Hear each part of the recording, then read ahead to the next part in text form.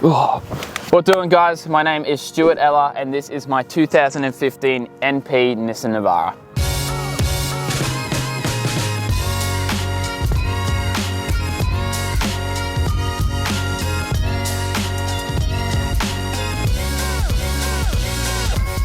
Okay, so how have I gotten to this stage, and is this my first car? No, it is not. So, when I was 15, 16 years old, I saved up every penny I could to buy my first car because I really wanted to get into four-wheel drive. So after about a year and a half of working my ass out at Domino's, I bought a 2013 Ford PX Ranger. Now, I love this thing to bits. It was my first car, but it had a lot of mechanical issues. Like, we had the gearbox out 3 times in 6 months. So I cut my tires, cut my losses. I had to get it fixed, save up all my money, and I had to put all my eggs into one basket on a reliable car that would get me from A to B, and I could hold on to for the future. And for God knows why, I bought a Navara. But touch wood, this thing has been pretty good. So I looked at tons of reviews on Navaras before I bought this car. One of my mates had them, and I had looked up all the common issues, what could go wrong, and I came to the conclusion that if I bought a low kilometer car that hadn't been abused, it would look after me, and that was the risk I was willing to take. So it was about 4 o'clock on a Saturday afternoon. As you do, you scroll through Facebook Marketplace, and I was like, oh my God, it's a gold Navara. And at this point I was set that I wanted a Navara. And it was the choice between a white one, top of the range, STX with all this fancy sunshade and everything, or a unique gold one. And I knew I wanted to start this sort of content and I wanted to be different from everyone else. So I decided to go with the gold one. So shot down there with no help from my dad, no help from my granddad, no mechanics, no mates, just a 18-year-old kid that wanted a cool car. And I shot down into Brisbane all by myself at 4 o'clock, and I had a look at my first car by myself. And as you can see, I bought it. So touch wood, I bought this thing at 80,000 kilometers and it has not skipped a beat other than the stuff that I've done to it. So overall, I'm pretty stoked with it. I've had common issues, but I knew that would happen because I researched it and I put the replacement parts in, so it hasn't happened.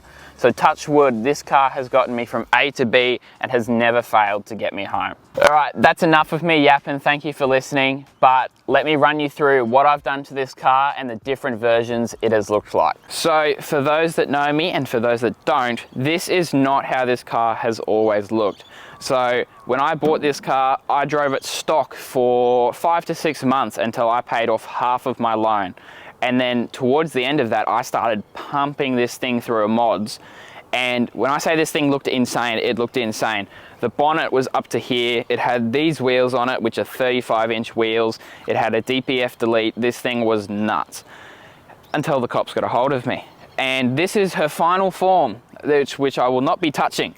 So join us and I'm gonna come show you what is all on this car to get it legal and how it stays away from the police and how I can still enjoy getting out and four-wheel driving in the bush. Obviously, the main attraction of this car is this Bullbar from Alpha 4x4.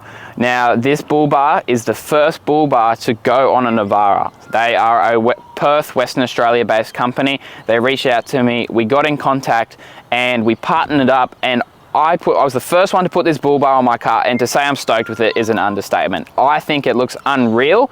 It comes in a black powder coated finish, and then I took the next step and I got color coded black hoops with the color coded matched bar. With all the goodies that come with the bar, like aka the grille, the lights and everything, I've touched them too. They haven't been left alone. So I sanded back my grille and I painted that to suit the hoops, and then also wired up these lights to suit my indicators and daytime running lights. So they suit brilliant. These are fog lights. You can turn them on when they come in the fog, and these one also act as daytime running lights when you're driving around day to day. So working anti-clockwise around the car, we're going to start from top to bottom. So one of the second modifications I did to this car was I went to King Fab Customs about a year and a half ago up on the Sunshine Coast, and I got dual stainless snorkels plumbed into the car. Now when I say dual plumbed in, only one of them are. This one is for looks and it is Bluetooth, and you can say what you want. I like it. This thing is going to play a massive part in a couple mods that are going to come. So if you can guess what this is going to be useful for, a stainless pipe, comment down below, because I'm excited to show you, and I'm sure Josh will see it too. One of the most common questions I get asked personally is, how big is this thing? What size wheels are you running? What size rims are you running? And more importantly, what lift is in it? Now, I don't tell you because I like to play a little game and just keep you guessing, but I'll tell you. So underneath, in the front, I've got 4-inch worth of Dobinson suspension matched with ATI upper custom control arms. So they're adjustable and they can adjust for the 4-inch lift so that the camber of the wheel sits straight. Now, for the wheels, this is my second set of wheels. So I used to run 33s with this same lift, but when I jacked it up to 6-inch, I put these 35s on. So they're actually a 315/75 R16, and that comes out to about a 34.8-inch wheel. So no, they are not legal on this car, but I can't get rid of them. I love the look of them, and I've even accommodated flares to make it look legal. So these tires, they're a 0 offset rim, so they poke about, give or take, 75 mil, and I got pulled up and I got warned for it. When I say warned, I got a defect notice. So then I went out, and another question I get asked is, where did you get these flares? Because I went and bought these flares, and I think they suit the car really well. They match up with all the body lines of the Bullbar and the car.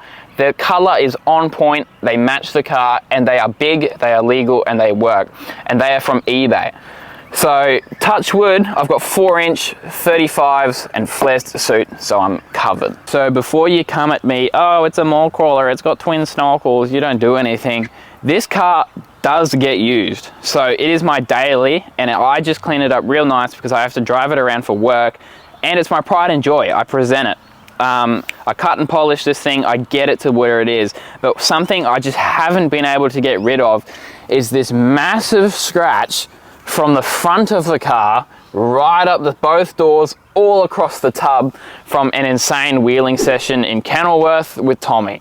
And I don't know if I'm ever going to get it out. So to whoever buys this car, I tried my best, but she is not a mall crawler. So coming to the rear end of this thing, it's kind of a work in progress up top here. My touring setup, trying to make it a capable tourer. But touch wood, suspension, wheels and everything, I have left this setup so it still performs well, but it still drives nicely. So I do have the Nitto Trail Grappler 35s on. That footprint out in the bush or out at Glasshouse is just amazing, having that big footprint to be able to drop. Because in the rear end of a Nissan Navara MP300, I have coils. So I basically perform like a solid axle patrol, minus the TD and front solid axle. So believe it or not, I can drop this whole 35 below the sill, and that is thanks to Dobinson's 2-inch suspension with extended brake lines and no sway bar. And that is all I need. I have gone to 4-wheel drive parks in New South Wales. I have kept up with LS Patrols, 6-inch Patrols, and 80 series and Land Cruisers. Yes, I have done a CV boot in the process, but this thing is a very capable 4-wheel drive, and the 4-inch suspension at the front and the 2-inch suspension at the back is all you need to get out there and do it all. Welcome to the rear end of this thing. So I've been working on this for a while because I've been decided between selling the car and building a touring vehicle, or building this vehicle into a touring vehicle, and this is what I came up with, but I'm not entirely sure on what I wanted to do. So I'm a big believer in just having a crack and giving it a go yourself, and that is exactly what I've done in this rear end. I wanted to keep the car unique, such as with the front Bullbar. I've also taken it to the rear end, and I've built a custom tub rack from scratch, from material from Bunnings, that is on gas struts. So this is my little setup. She's not holding up too well, and this was because it was my first project and my first time welding. I have never touched a hot glue gun in my life, and I just had a crack, and this is how it turned out. So I'm gonna have to rip it off the car, and I'm gonna have to go again, but it will stay the same. But that is what I've got holding my King's Adventure soft top rooftop tent.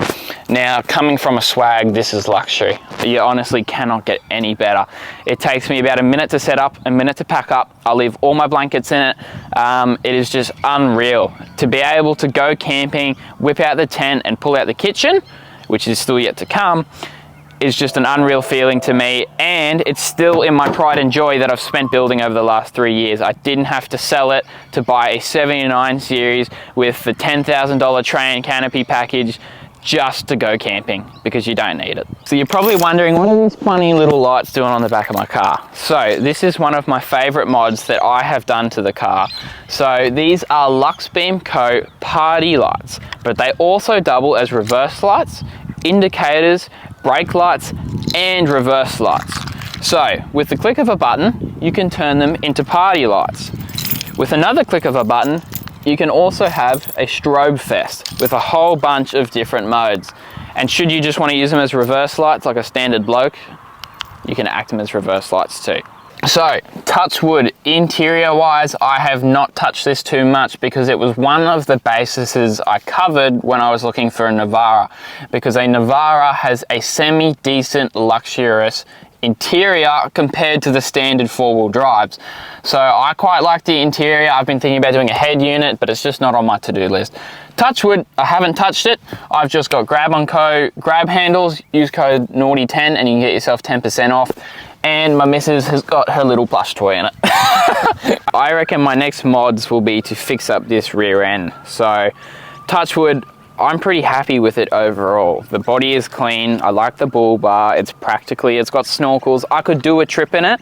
I just need touring modifications. So if I was to travel Australia, I would want to be comfortable, which is something I'm looking at doing. So obviously it would be to refurbish that tub rack, maybe get a hard top rooftop tent, and then plumb in all my electrical, get a water pump going, like all just the touring mods, and get a kitchen going just so you can actually live out of this car for weeks at a time. You're not gonna like this one, a 79 series Land Cruiser with a tray and canopy package.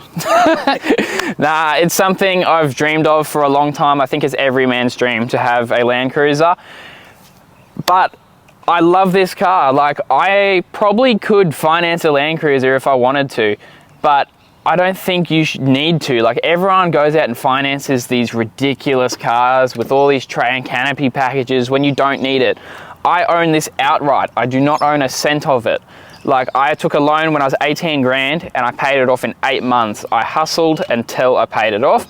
And now I have a cool four-wheel drive that I own. The bank doesn't own it. And I can do whatever I want and it'll take me wherever I want to go. But the end goal would definitely be a Land Cruiser, but not on finance. That's gonna wrap it up. So thank you so much for watching Josh's video and for watching me let you know about my rig. So obviously I do run my own sort of gig. So I am on Instagram, I am on YouTube, I am on TikTok. So on Instagram, the handle is NAUGHTYNAV_. On YouTube, it's just Stuart Ella, and on TikTok, it is just Stuart Ella. So I post daily content on Instagram. That's where you'll see me most. And then YouTube uploads it every 1 to 2 weeks. Now on YouTube, you will see a lot of this thing. You will see instructional videos, you will see jet ski, you will see camping videos. There is so much time and effort that I've put into this that you guys don't see, and it is coming very soon, so go check it out. Thank you so much for watching. Go check out the rest of Josh's content, and thank you for reviewing my rig. Yo!